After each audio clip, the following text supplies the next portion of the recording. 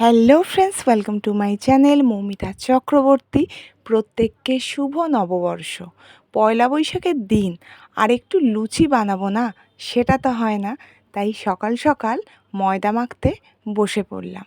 অম্বিশার বাবা এখনও ঘুমোচ্ছে। ওদের আজকে একটু দেরিতেই ডাকবো। আগে লুচি আর আলু চচ্চড়িটা রেডি করে দিই। অন্যদিকে আলু চচ্চড়ি বসিয়ে ফেলেছি, আর ময়দাটা যেহেতু আগেই মেখে রেখেছিলাম, লুচিগুলো ভাজতে শুরু করে দিলাম। লুচিগুলো বেশ ভালোই ফুলছে, তবে সবকটা লুচি গোল হয়নি, টেরা বেঁকা হয়েছে। যাই হোক, খেতে কিন্তু ভালোই হয়েছিল। আমি একে একে সবকটা লুচি ভেজে নিলাম। দু একটা লুচি এরকমভাবে কিন্তু ফোলেনি, মানে সেগুলো একটু কম ফুলেছে, কিন্তু খেতে সব লুচি ভালো হয়েছিল। লুচি ভাজা আমার মোটামুটি হয়ে গেছে।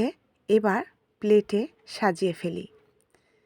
লুচি আর আলু চচ্চড়ি একদম রেডি। লুচি আলু চচ্চড়ি খাওয়া হলে এবার দুপুরের রান্নার দিকে যেতে হবে। পয়লা বৈশাখ বলে কথা, আজকে তো একটু মাংস চাই। তাহলে চলো আজকে দুপুরে কি করেছি সেটা তোমাদের সঙ্গে শেয়ার করে নিই। লাঞ্চে ভাত তো অবশ্যই থাকবে। ভাত ছাড়া বাঙালির একটা দিনও চলে না। ভাত, আর তার সঙ্গে ছিল বড়া। এটা হচ্ছে ক্যাপসিকামের বড়া। ক্যাপসিকামের বড়া আমার বাড়ির সবাই খুব পছন্দ করে। আর আজকে করেছি ইঁচড়ের তরকারি। ইঁচড়টা নিরামিষই করেছিলাম, মানে এতে চিংড়ি মাছ দিইনি। ইঁচড় আর আলু দিয়ে একটা তরকারি, আর ছিল লাল লাল ঝাল করে চিকেন। এই ছিল আজকের দুপুরের লাঞ্চের মেনু। রান্নাবান্না সাধারণত আমি হালকা পাতলা করেই করি, কিন্তু আজ যেহেতু পয়লা বৈশাখ, তাই চিকেনটা একটু মশলাপাতি তেল বেশি দিয়েই করেছি।